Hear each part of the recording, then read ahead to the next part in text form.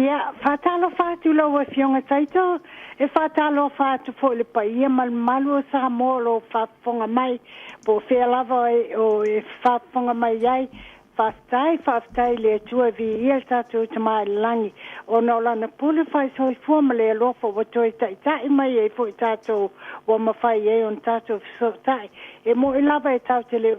fisotai whale tangata, ai whaftai le tua nei fo i whamanuianga, I le radio Samoa o mawhai ai o na tātou a wheloa e mawhitu whai I lunga o le leitio. Ia whawhetai le tama o langi awa o lo te lau fo nisi atunu o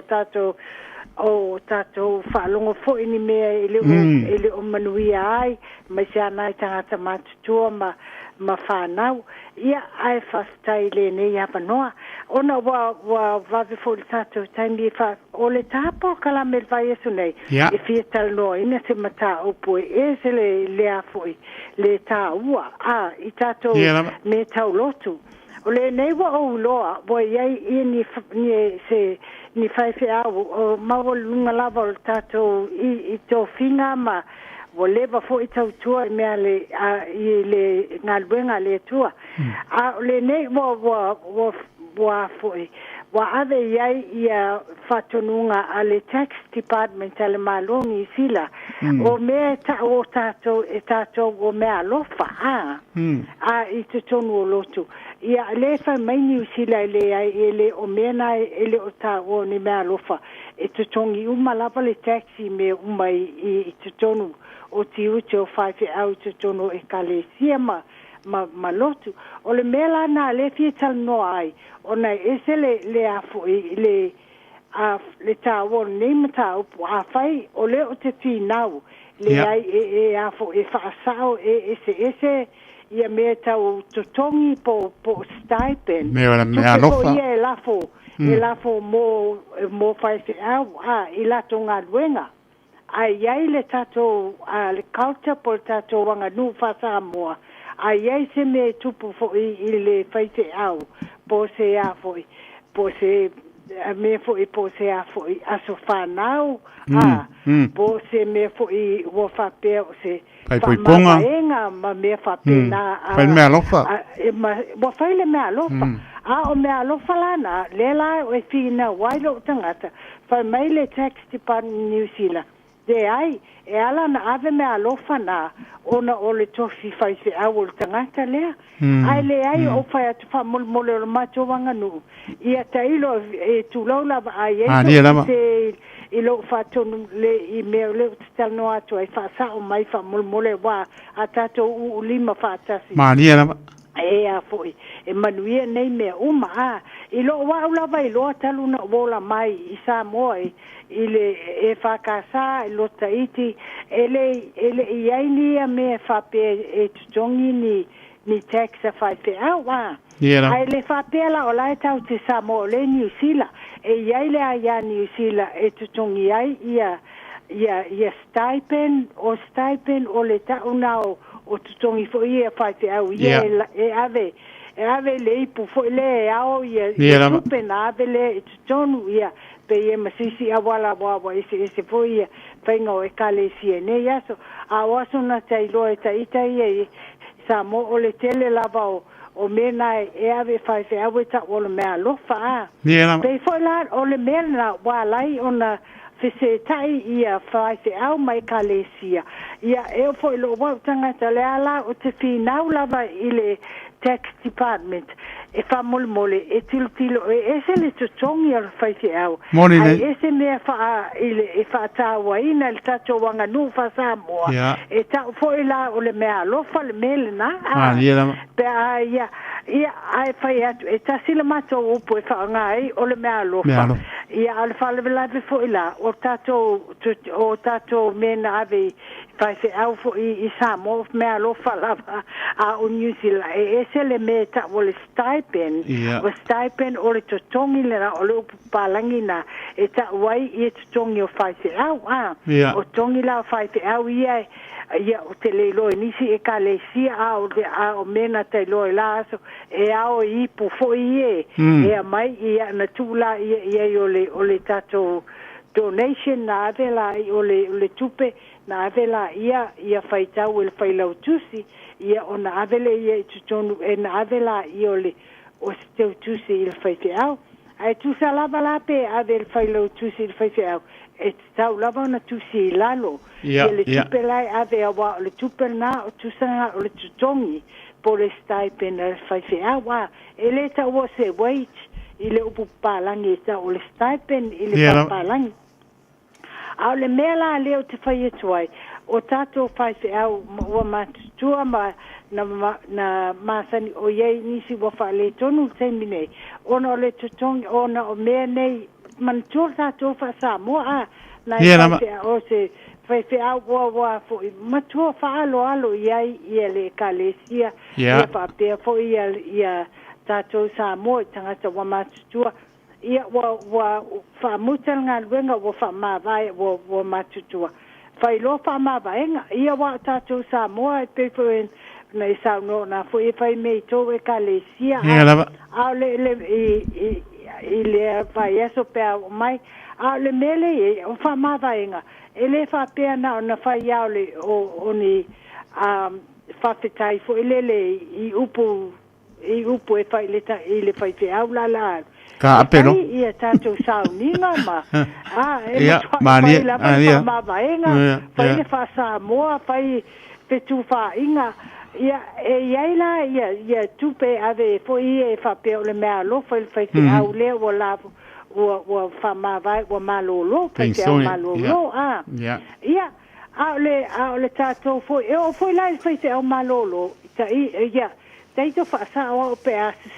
o le o te loa e a mai foi le mea lo fa le fai au malolo ile kalesia moni la me fa pea ia fa mole ona o le tate lo tu lava le lo tu palangi ele ai ni me fa pea ai o le o te loa o le tato fa Samoa tato bola mai ai i Samoa ele ngata i se te tusi ni te tusi e avatu le kalesia ile fai au la fa malolo ai mai foi le malo fale a inga o le fai au ia e mai le te tusi moni le tonga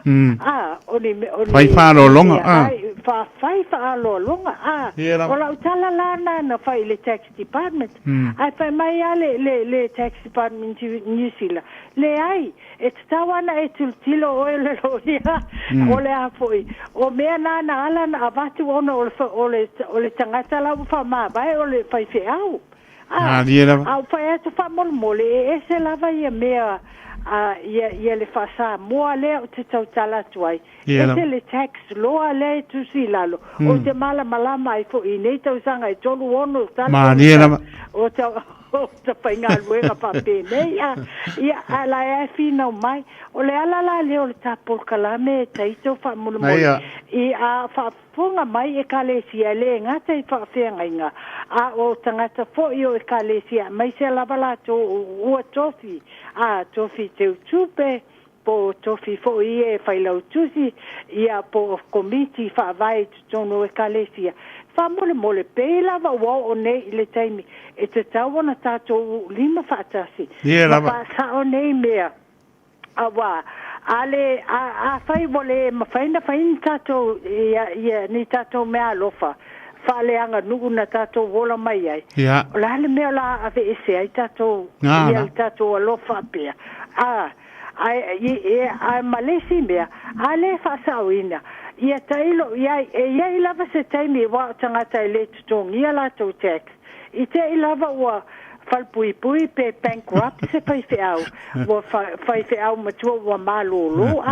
ia e tau valea i fo ia ele ngata e tau valea ai na fai au ai tau valea ai tato le tato wanga nu fa Samoa pe a tato le tinau e fa sa o me o tele o fai atu o sa o au te fai atu o le iai feseta inga i me fa pene e te tauna fa malmalama e tato le malo New Zealand e tau fo lai le malo New Zealand malmalama mai e tato e po le a tonu lava le ala e fai mai ai lato e le ai a mai ni meo ni fa mavaenga po se aso fa na o se fai au e le ai o le te e ala na au mai on o le fai au Ai le o te whai atu whamole Elena o le whai whiauna o whai e nei mea. Moni lava. Te ola mai lava o ba e whai ia me whapea i le mātou anga nuu. Ai le ngata la i tupe nai tau tsau no mai ai. E o foi i me tau mafa, ia ma i e tonga ma me whape nei. O mea lofa umana tātou i le tātou wanga no wā. Mariela, alu i e moni. o fisili. E fia la le texo le i e tonga pe. Ngara. Ai pauna alo fisili e le kalia mai e pala. Ma gaia kele. Lola vauri. Ai a whai lau tō whina mai. E o foi la i mea ai tu lou lava. O le e tau foi la na texa. Texa ua mea o pua. Ia mau fai la i whamul. E o le whai te au. E a foi. E mai foi mea ia. O le a foi. E a vatu i le mea lofa. Ai a mai foi mea lofa. Ale a inga wai le wha pena o le whai te au. La ia. Ei a inga le whai te au. Mor paritua. E fai whaatasi ia se wha mawaenga ma ia le nā la na o whai ai o tele o whai atu o tele o whato nua o malo o whaalo alo o tele o whato nua le whainga o taxa New Zealand ai wha mole o mātou na o mai ma le mātou loa ole tulafono mo tangata malava ia whātāwaina tangata ma lato cultures fo ia Mariela o tele o whai atu la o sao mātou wai tatau na whasao o na tusi lo le ila lo le tulafono sao a New Zealand po le ale me ta ole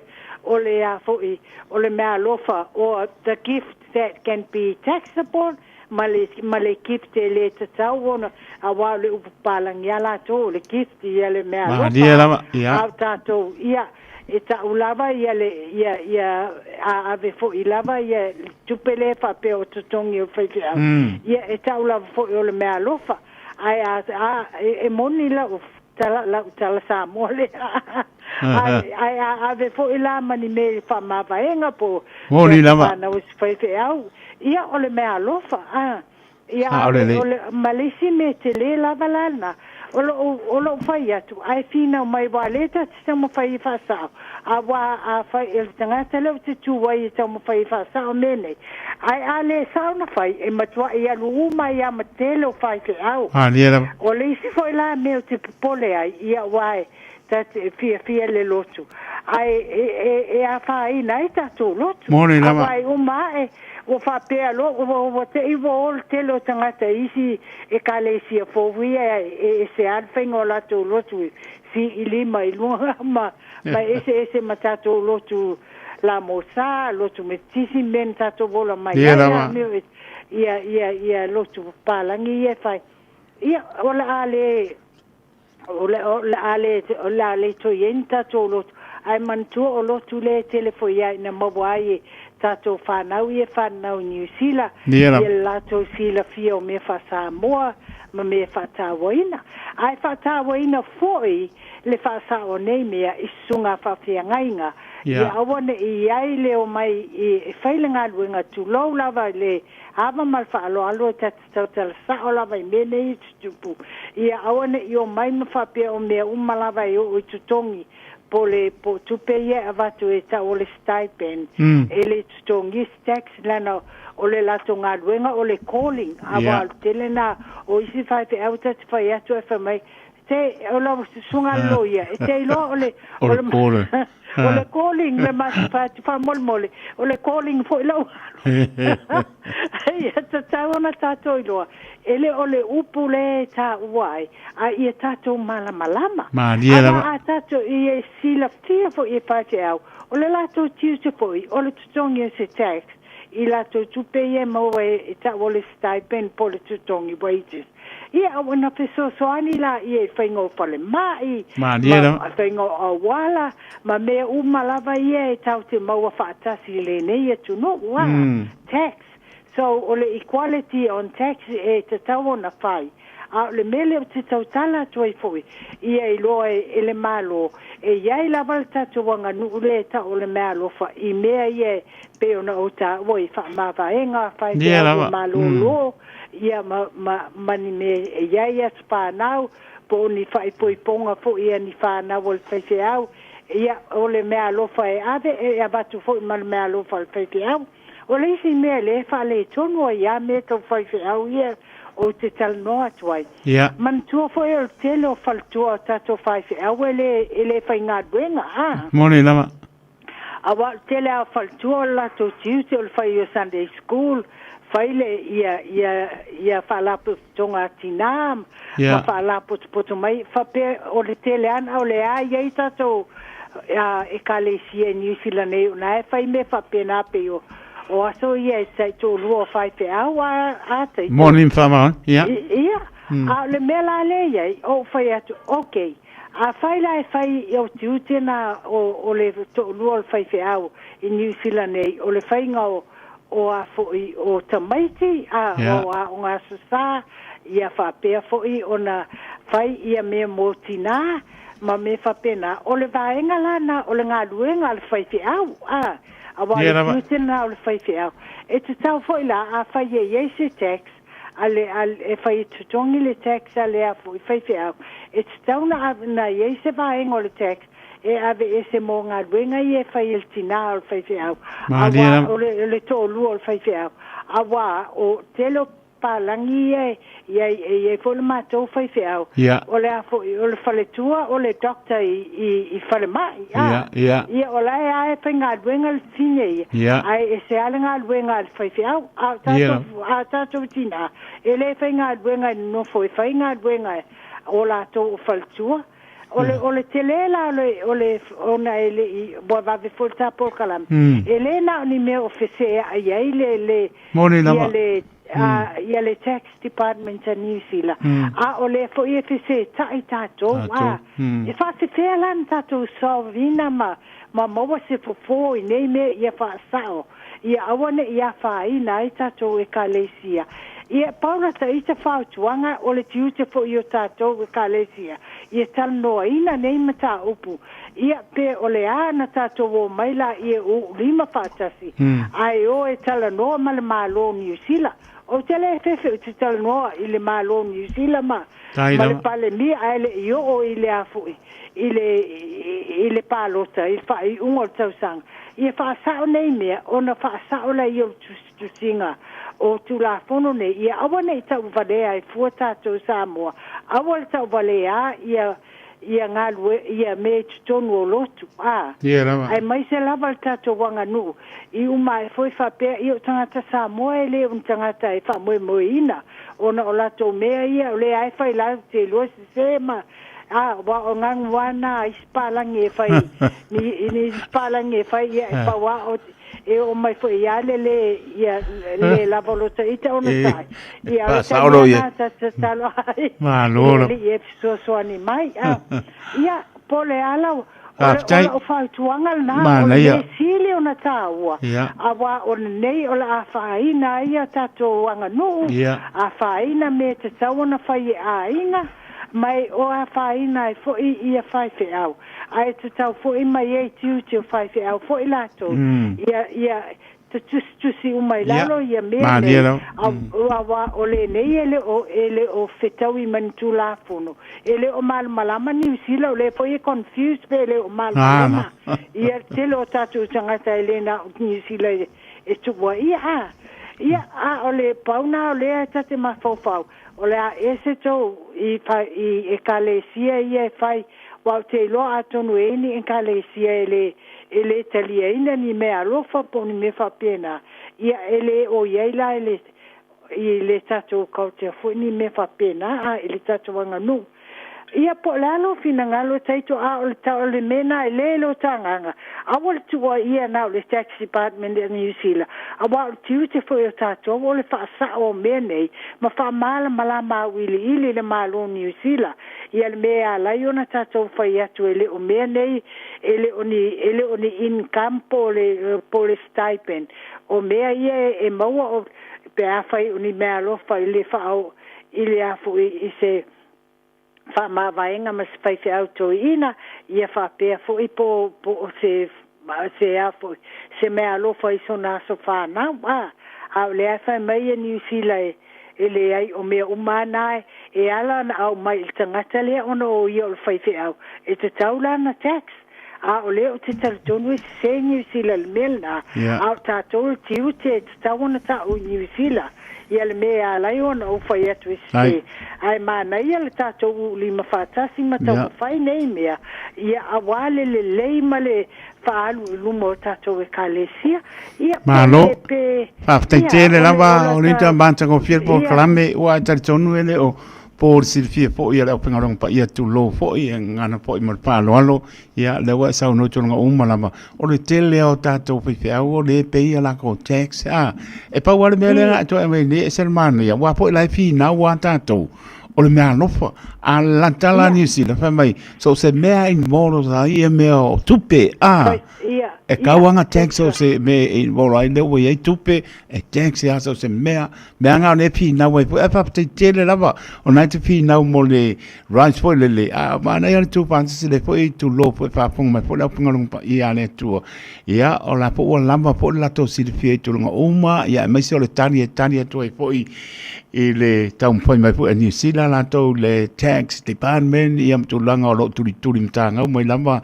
e la to foi ia tu langa o le mea si le fi lo New Zealand me o involve ai me tau tupi e anga ilo ia fe mai e kaunga taxi lea vai lea te male pe ona e sau noi foi ai matango fiera mingo program e to e fanu mai ia tanto uma ia me so tanto uma foi ia tu langa lo ia me so la pengolong pa ia le tu e moni e fai pa no longa in bonza me tau tupe e wo fiu tanto e fai to tanto me ano pa le se me la pe o me ano pa